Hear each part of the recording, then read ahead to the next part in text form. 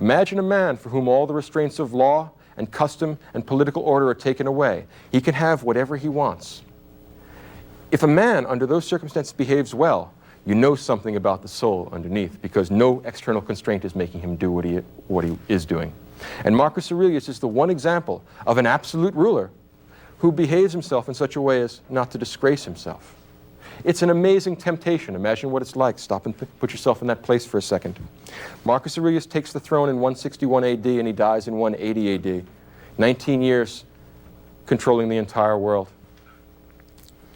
He can have all the money in the world.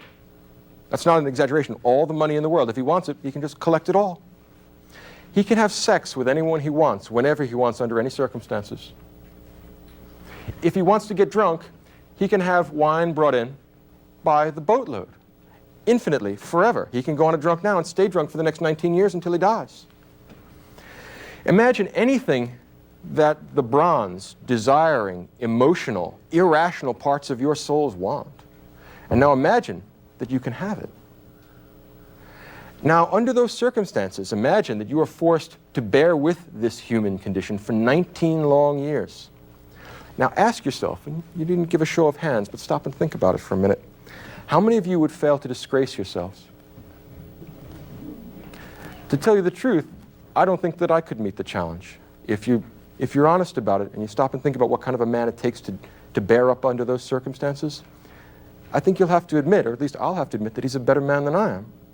And that in this respect, over the centuries, Marcus Aurelius serves as a standing reproach to our self-indulgence, a standing reproach to the idea that we are unable to deal with the circumstances of human life. If you can deal with temptation at that level, I cannot imagine what is outside the human potential. And for the Stoics, we must remember that any virtue which is accessible to any human being is in principle accessible to all of us. We all have a rational nature which allows us to control our feelings, control our behavior, control our connection to other people.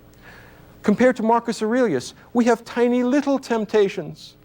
We're tempted to steal a little thing. We're tempted to cheat on our income taxes. We're tempted to cheat on our spouses. Marcus Aurelius has that sort of temptation magnified 1,000-fold.